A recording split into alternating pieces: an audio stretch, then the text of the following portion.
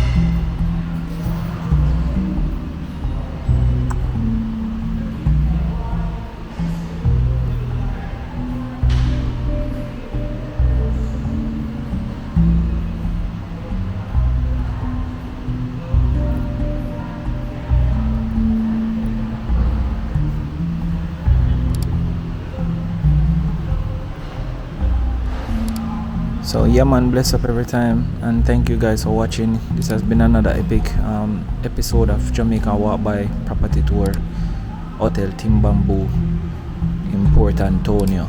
You understand? So big up every time. Thank you guys for watching as always. Remember, if you're not yet a subscriber, please subscribe to the channel. If you don't like the videos yet, please, I'm asking you to like the video. So blessed respect always. Cool, mad something.